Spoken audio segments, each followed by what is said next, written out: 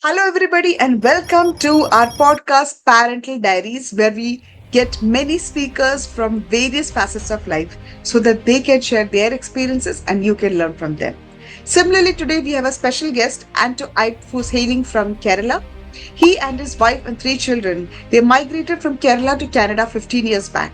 And today, they all are well settled in Canada. The two boys are doing engineering in prestigious colleges like McMaster and Western. And her daughter, who's recently got married, is also a Canadian mental health associate. Now, Mr. Anto, how he has taken care of these three children upbringing holistically. Along with that, most importantly, how did he ensure that the cultural values and the traditions are inbuilt in these children through the gentle parenting is what we are going to hear from him in his inspiring story. So let's welcome Anto Iype onto the stage.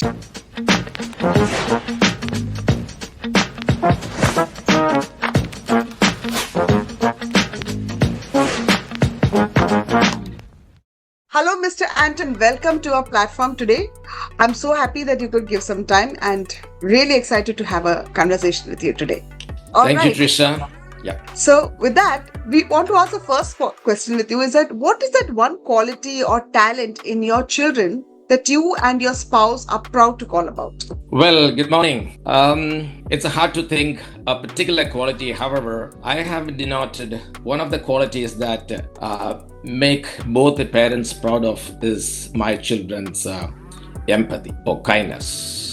From the very beginning or from the very early age itself, children have developed a remarkable quality to understand the other people's feelings and offer genuine kindness. Academically, also, they have demonstrated resilience overcoming challenges with the focus and hard work. But above all, what we have noticed as parents is their humility, kindness make the proudest parents. Wow, that's amazing. Because many of the parents I speak to, they always tell me it's academic, extracurricular activities, or sports and achievement. But something very touched my heart is you look into them, that empathy quality and compassionate quality, which is required in today's world and very rare gem. So definitely That's that's right. something to be proud about. Thank you. That's right. The second question which I wanted to ask you was, can you describe your overall parenting philosophy, Mr. Anto, which you or your spouse took along as an approach? How it evolved as your children grew? What is the parenting philosophy you took? This is just like an ocean. I don't know where to begin, in fact, but like any other parents, we too had lots of challenges bringing up our children. Especially when we immigrated to another country. So leaving Oh. everything behind, yes, we're Mhm. leaving everything behind, and we were in a new country where we have a different culture. Everything is different by all means. And my children were grade, I mean, of course, LKG, UKG, and grade 5 at that time. So they had to face lots of challenges, in fact, as a new immigrant in terms of language, in fact. We were not well versed with English and the pronunciation and stuff like that. So they barely had any friends at that point of time. However, we never forget to build a strong and trusting connection with our children. Wow. And we made sure, parents made sure that, we spent some quality time with all the children, when they come back from school. So they share their stories no matter what. So of course, we had a strong bond. Okay, we established a strong bond among themselves as well as between us. So of course there was no hiding opportunity. So we acted. However, we are parents, we acted just like friends. So they don't hesitate to share any kind of stories with parents. That's the most important thing. The children should have a platform for sharing their stories, whether good or bad, without any hesitation. So open up an area where a platform is available. So, when we first started, of course, they were a little bit reluctant to share stories. But again, as and when the days passed by, they were curious to share the stories. That is a big success, in fact. No matter what, whether they get bullied or not, they have a feeling that our parents are there to support us. We verbally said many times, don't worry, dear, we are there for you. Your friendship in the kindergarten or the elementary school may be for a few years. However, we are there for you till, for years and years. So that made a strong bond. And they felt, okay, we are there for them. As they grew up, they understood that we are there to guide and support. So you can guide your children to a certain level or to a certain age, but again, you cannot simply keep guiding your children even after your teenage. No, it's not possible, because they are going to be adults. So Sure. they have to raise their own voice too, and of course we are preparing them to live in the society.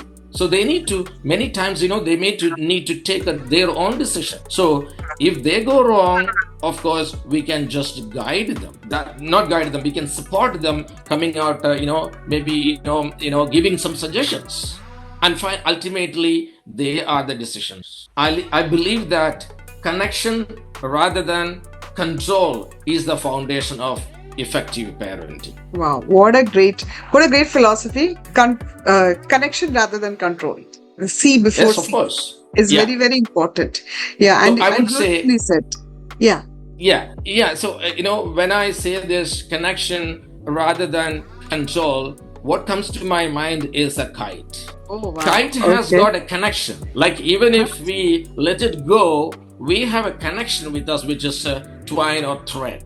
So the whole idea of us having a thread or twine to the kite is not to control. When they are in difficult situation, or they get caught in the branches of trees or something, we just pull and let it go fly again. So that is how the parents should be with the children. When they Wow. are in trouble, they always have a feeling that no worries, we are there, there will be a rescue. Okay, there will be people to rescue us. Okay, so such a way we need to have a nice parenting. So Wow. let children take a That's great. decision, let children take a control upon themselves. Yeah, that's a great analogy, by the way. I mean, I've never heard any parent giving an analogy of a kite with how you can approach parenting. Very well That's said, great. because you should not be too strong, you should not be too loose, but you should have the right balance, so that parents Balanced give the children the right freedom to make their own decisions, make their own mistakes, but decisions. at the same time, they are there behind to support them. And I think That's the true. quality time, setting connection is a very, very important aspect. So beautiful touched on that, Mr. Anto. That's right. The next question which I want to ask is, was there any particular habits or routines that you and your wife instilled in your children from a very young age that you believe today is contributing to their success? Well, of course, we encourage them to have lots of qualities. In fact, we cultivated a habit of being thankful to anything and everything that they enjoy in the world. That is first and foremost. Wow. Being thankful. Of course, as I mentioned earlier, we used to have a chat in the evenings, coming together at the table and share our ideas and stuff like that. And they still continue that. Even I remember, let me go back to pandemic, COVID Mhm. 19. There was a situation everybody was isolated. But however, they knew that, okay, there is a meeting point in the evening. However, they study individually in their own room. However, they come down to have a general meeting or general discussion. So, it is still green in mind. That particular habit is being continued even today. Last week, of course, my all children, got home last week, and of course, Mhm. we had a really quality time. We spent, minutes and maybe hours spending together. And of course, we have a habit of going outside for dinner. However, my older child is married, of course. They too come down to have a dinner together. So even at home, maybe when we dine out, we all are together. Okay, so we spend a lot of time talking each other, making fun and stuff like that. And of course, another habit that we cultivated among children is that praying together. So they pray together as and when they are together, of course. Otherwise, they do individual prayer. Again, we did not even fail to touch base on their health. and personality. Of course, I myself do meditation and yoga. So, my children also got into the habit of doing some sort of, some exercise for mental health and, of course, physical health, as well as they usually go to health club, fitness club, and so on. They continue the practice. Wow. And of course, these are the little bit small things that we encouraged them to do, and they still continue doing it. No, that's great. That's great because you've given a holistic development. What I see is not only physically, emotionally, but even spiritually. And there is a great coordination because if these pillars are strong and habitually formed in children, I'm sure tomorrow, if there is any challenges in life, they will be able to hurdle around that and gain success. Yeah. So, fantastic way of setting up the habits and rituals in them. That's a great way of doing parenting. Okay, so the next thing which I wanted to know is, it looks all goody, but were there any moments of failure or setbacks in your children's journey? And if there were, how did you handle those moments? How did you help them build resilience? Of course, being a new immigrant, Mm-hmm. and that too when we have children in school level, Mm-hmm. we exactly do not know what is the kind of curriculum that they follow here. Mm-hmm. And of course, my among my three children, my daughter is the oldest one. So of course, she was actually an experiment. She was doing experiments, and of course, she completed her grade 12. Of course, and we did not know, neither she nor we did not know how to proceed and what course she should choose. Mm. Again, our friends, one of our family friends, of course, they said in a meeting, of course, they said, okay, fine, occupational health and safety is a good course or a good program that they can pursue and to get a job in a government level. So no matter what we thought of thought of doing some sort of research and all those stuff, and we checked with the daughter. Of course, she also did not have much idea what to do further. So then again, she said, yes, I will go ahead with occupational health and safety. So she applied for that and she got into occupational health and safety. And of course, we would check with her, how is it going on? She said, it's okay. But again, she was not doing really well at all. Now you research, what is your passion? Then she said, okay, my passion is helping out people, which I mentioned earlier, being kind to other people. Yeah. Okay, so we too felt that because she's such a girl, she's the first one to come for any kind of help when it comes to a matter of helping attitude. Mm-hmm. So fine. So she had to attend some other courses in order to get a credit for applying BSW, which is a Bachelor of Social Work. And she got it. So of course, we made her comfortable rather than blaming her. Okay, so it was a comfortable zone as well for my daughter. Again, my second son, of course, second son also had a great ambition to become, or maybe to go into particular university. Of course, there are a couple of universities which are prominent here. So in order to get into that university, of course, one should have a high academic mark plus so-called extracurricular activities and so on. So one of the universities is called McMaster University. That was a dream. So he put forward his application for getting admission to that. At the end, of course, he got into McMaster University.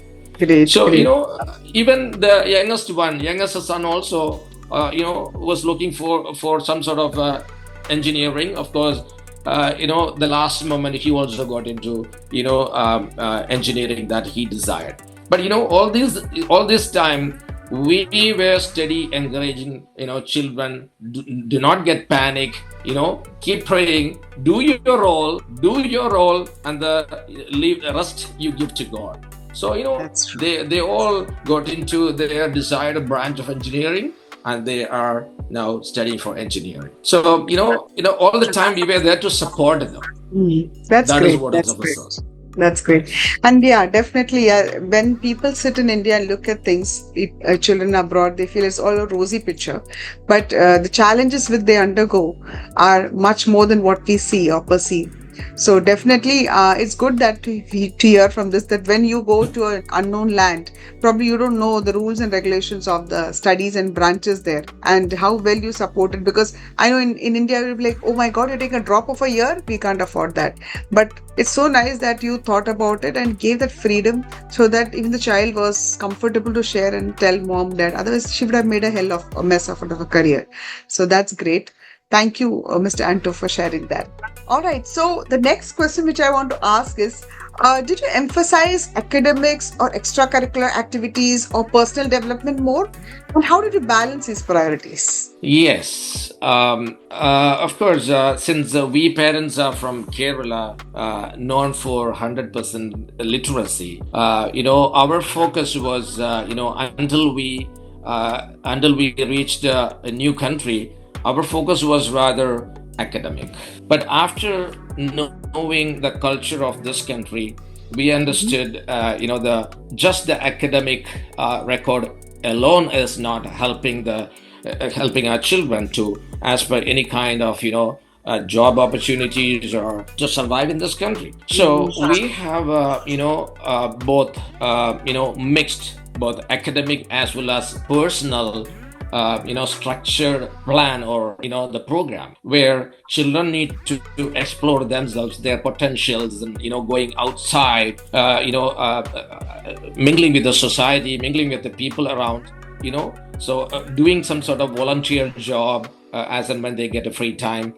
See, these all constitute them to achieve an admission for any kind of universities in this particular country. So, even though there is a structure, I know children had enough flexibility to move from one to another one. And while personal development to build, building strong values and emotional intelligence, we used a structured but a flexible schedule for personal for every development. So I would say academic, of course, it is important, but Mhm. the other personal development is also equally important. It should be balanced one.